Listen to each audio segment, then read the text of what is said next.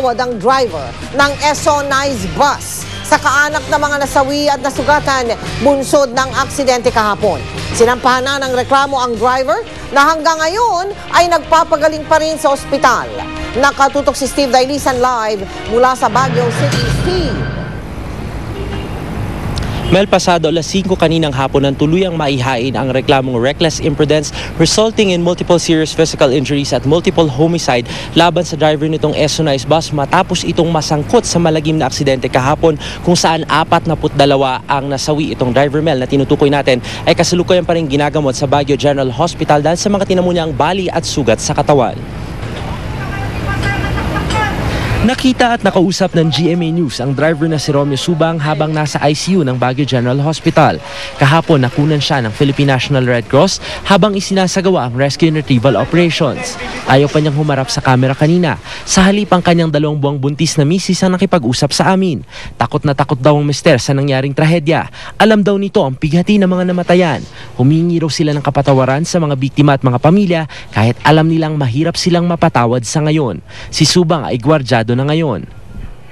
May 24 hours nagbabantay sa driver para ma-secure natin. Sigurado yung hanggang ma-discharge yung driver.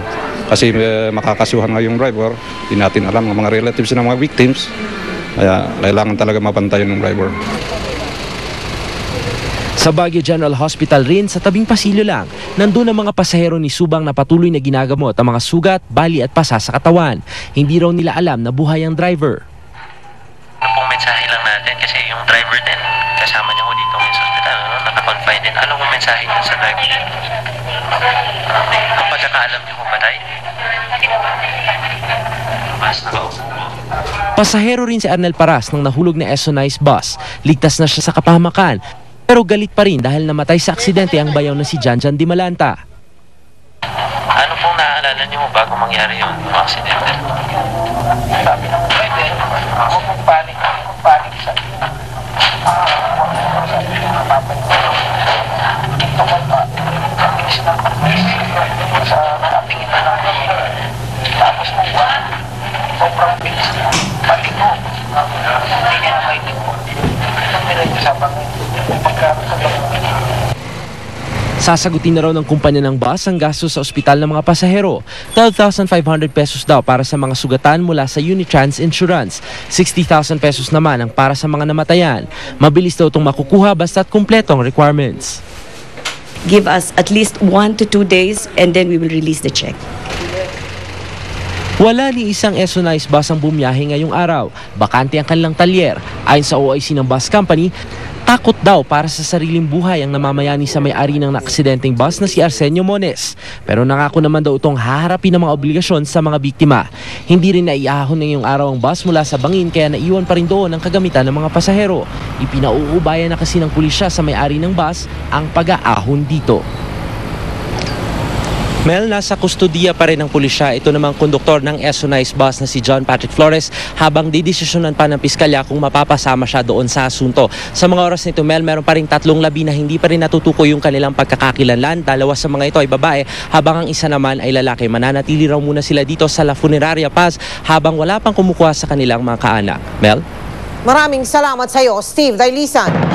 Kabilang po sa mga namatay sa trahedyang yan sa Benguet ang isang buntis at ang 6 na buwang sanggol sa kanyang sinapupunan. Nasawi rin po ang ilang balikbayang magkakamag-anak. Babalik na sana sila sa Amerika bukas. Nakatutok si Alfie Tulaga ng GMA Dagupan. Binalikan kaninang umaga ng pamilya ng nasawing buntis ang kinahulugan ng Esso Nice bus sa Banangan sa Benguet. Nagbabakasakali kasi ang ina at asawa ng nasawing buntis na si Sheila Marie Estrada, isang bookkeeper sa Naguilian, La Union na makita ang mga gamit nito. Pero numano kasing mahigit 10,000 pisong laman ang wallet ng biktima. Natagpuan nila ang wallet ni Sheila Marie pero wala na itong laman. Yung wallet niya o yun ang wala. ID niya. Inila ang pambili sana ng gamit para sa pinagbubuntis ng biktima ang perang dala-dala nito. Yung pera niya talagang nakalaan sa kanilang mag-ina. Yun. Nawawala po ngayon. Eh, tapos nawawala ngayon. Kasi binigay nung asawa niya sa kanya. Para doon na lang sa San Fernando sana bumili. Ano nangyari? Wala. Sa barangay hall ng City Camp proper, nakaburol at magkasama sa kabaong ang mag-inang sina Sheila May at ang inuluwal niyang sanggol. Tumangging magsalita sa kamera ang asawa ni Sheila, pero maluhaluhang ikinwento niya sa akin ang huling paglalambing ng asawa. Iyakap pa umano siya ng asawa mula sa kanyang higaan bago ito umalis ng bahay. Dito sa bangin nakuha ng asawa ng cellphone ni Sheila. Naalala niya, dinetect siya ni Sheila na asawa na 2 beses ang kuminto ang bus dahil sa umano'y aberya. Pinabababa na raw niya si Sheila pero hindi ito bumaba dahil baka mahuli ito sa trabaho. Ang ama naman ni Sheila hindi pa raw mahanap ang kapatawaran ngayon sa bus driver. Bukod sa pagkamatay ng kanyang anak, kauna-unahang apo pa man din daw nila ang batang nasa sinapupunan ni Sheila. Unang anak ko yun, tapos unang apo ko rin yun. Nag-alam pala na may problema na, bakit itinuloy pa ng driver nila. Samantala dito sa Baguio Memorial Chapel nakaburol ang 11 biktima. Patuloy ang pagdagsa ng mga nakikiramay. Dito nakaburol ang 4 na miyembro ng pamilyang Quino, mga balikbayan at pauwi na sana sa Amerika bukas. Pumunta kasi sila doon is 2001. So that was 9 years, more than 9 years ago. So this was their first visit. Hinihintay ko mga 15 minutes, dapat nandun na sila sa wala. Isa-isa na rin iniluluwas ang mga bangkay ng iba pang biktima sa iba't ibang probinsya, habang may 3 pang bangkay ang wala pa rin pagkakakilanlan. Patuloy pa rin namang inoobserbahan ang mga sugatang biktima sa Baguio General Hospital, kabilang ang driver ng bus. Mula rito sa Baguio City, Alfie Tulagan, nakatutok, 24 oras. At dahil sa malagim na aksidente sa Benguet, pinulong ng Department of Transportation and Communications ang mga operator ng mga provincial bus.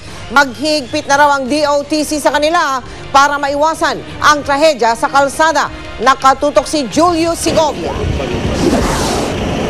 Kasunod ng patuloy na pagtaas ng mga buhay na binuwis mula sa mga disgrasya sa kalsada na kinauugnayan ng mga provincial bus, naaalarma ng Department of Transportation and Communications. Kaya kanina, agad pinulong ng ahensya ang mga provincial bus operator. Gusto rin naming malaman ano ba ang pwede pang, ano ang ginagawa nila para ma-ensure na safe ang mga tao. Ayusin yung pagbibigay ng prangkisa, yung talagang qualified lang ang dapat nabigyan ng prangkisa. Siguro titingnan na rin yung previous record niya. Maghihigpit na rin daw ang LTFRB sa pagpapalabas ng prangkisa sa mga pampublikong sasakyan. Pagsusumitihin na ang mga bus operator ng kanilang accident records alinsunod sa performance rating system. Pag merong ganong record, ilalagay natin sa database as part of our regulation. At doon nakikita natin kung gaano kadami ang aksidente, ilan kang beses ka na aksidente, and we do call the attention of these operators. Inatasan na rin ni Pangulong Aquino ang LTO at Highway Patrol Group na bilisan ang investigasyon sa Benguet bus tragedy. Pinasisilip din ng Pangulo ang mga kondisyon ng bus at driving skills ng mga bus driver. Hindi rin tanggap ng Pangulo ang madalas na dahilan ng mga aksidente. I was asking both for the Highway Patrol Group and also the LTO to expedite the investigation to find out what actually transpired. Yung faulty mechanical brakes really seems such a lame excuse to me. Pangako naman ng LTFRB, palalakasin ang pagsasanay sa mga driver. Bukod pa rito, regular na iikutan ng LTFRB ang mga garahe ng mga bus company para makita ang pangangalaga nito sa mga sasakyan. Pero sabi ng mga bus operator, hindi lang sasakyan at driver ang problema. Siyempre, i-consider mo rin yung road condition eh. So, siyempre, like sa mga probinsya, bigla may pothole dyan, hihinto bigla, meron sa likod niya, or iiwasan niya, meron naman paharap niya. Marami nagiging dahilan ng aksidente ng mga driver. Kauna-una, sir, yung sobrang hirap nila sa biyahe. So, yung sobrang oras trabaho nila.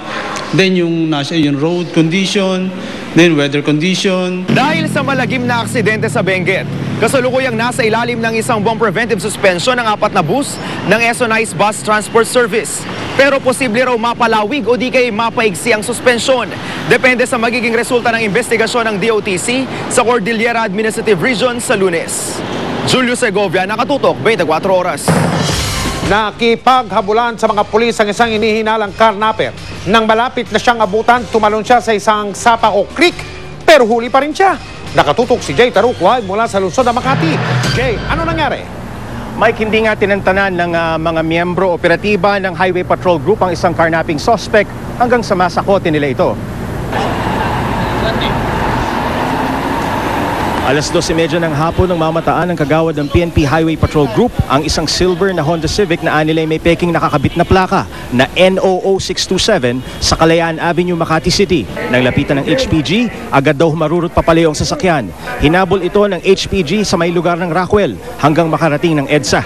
Usually, pag pekang plaka, ang tendency niyan, sitayin mo. Kasi doon na nalalaman kung lundag yan o karnap. Imbis na huminto, anong ginawa? Nag-speed up na. May ilang tama ng bala ang kotse sa may gulong at kaliwang bahagi nito. Pero inabandona ng sospek ang sasakyan. Sa loob ng sasakyan natagpuan ng mga pulis ang iba't ibang plaka, isang kalibre 45 at 38 revolver, drug paraphernalia, marijuana, wig at maskara. Ibig sabihin, yung mga plaka na yun, ginagamit nila sa trabaho nila. Kinakabit sa mga sasakyan na ginagamit nila. Para in case na hindi ma-identify yung identity ng sasakyan. Parang sabi nyo kanina parang magre-regroup pa lang. Magre-regroup pa lang yan dahil dadali nila yung gamit nila doon sa meeting place nila para i-distribute yung mga bago tumira sila. Sa verification ng HPG, kumpirmadong nakaw ang silver na Honda Civic. Nakarehistro ito sa isang Victor Romero na taga 25 Upton Street, Philinvest East, Antipolo, Rizal. Na-report daw na nawawala ito noong June 28, 2010. May original na plaka, ZDT 650. Ayon sa mga saksi, tumakas ang suspect patungo sa isang creek katabi ng isang building. Armado ito ng isang kalibre 45. Ilang tao ay nakita mo ba? Isa lang po. Malaking tao. Opo.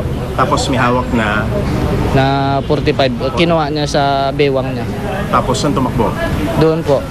Sa may parada ng motor banda. Tapos sa ilalim ng billboard.